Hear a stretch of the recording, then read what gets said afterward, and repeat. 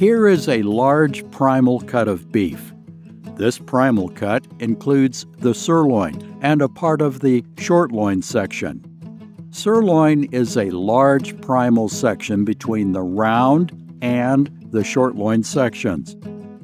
Many people think the sirloin is a small steak section because you end up with a small sirloin steak. But there are a lot of different roasts and steaks that will end up being cut out of this. As you can see here, there is a large amount of excess fat in this primal cut that the processor needs to remove to make the portion cut that the customer desires. As you go towards the rear of the animal, its intramuscular fat starts to get lean. And as you go towards the head, you start to get some nice intramuscular fat that is going to render down. When you cook it, this is going to release and melt like butter, whereas the sirloin section doesn't have any of that. You may be asked if you would like boneless steaks such as ribeye or fillet steaks, or bone-in steaks such as rib steaks or T-bone or porterhouse steaks. When they ask, know that your decision can make a difference in your take-home weight. Here's an example with the porterhouse, which is larger than T-bone steaks. The porterhouse steak has one side with strip steak, such as New York strip steak, and the other side filet. Here's a piece of a large porterhouse steak that is freshly cut off the bandsaw. It weighs 2 pounds and 8 ounces. As you can see, there's a large piece of fat attached to this steak.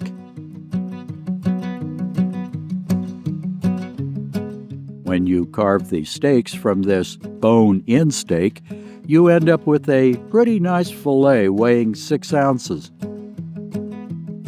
and a New York strip weighing 14.6 ounces. The bone in the middle weighs 7.6 ounces, almost half a pound. The total fat and connective tissue that the butcher has trimmed off weighs more than 1 pound. So we went from 2 pounds 8 ounces or 40 ounces, minus the fillet's 6 ounces, and the strip's 14.6 ounces. You end up with 1 pound 3.4 ounces. A lot of that was fat, which can be used for beef tallow, or put in the ground beef, or used for making sausage. If you prefer, you can ask the meat processor to keep all the fat for you. That is one of the benefits of buying from a butcher shop directly from the farm.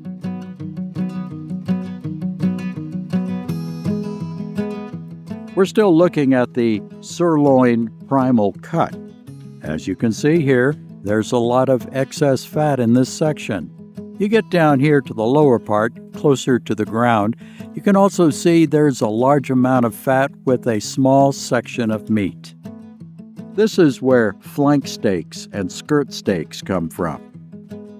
In many cases, people use this section to make ground beef because of its high fat content, and also because it's hard to remove all of the fat to make marketable steaks such as flank or skirt steaks. As shown here, it takes a lot of time and effort to remove all the excess fat in this part of the beef.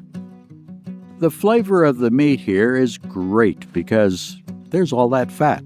So if you don't care to have flank steak or skirt steak, this section can go to the grinder to make ground beef. Because of the additional process and time it takes to produce flank steak or skirt steak cuts, some lockers or meat processors don't give their customers an option to have these steaks. In fact, if you ask for these, some processors may charge an additional fee to cover their labor expenses.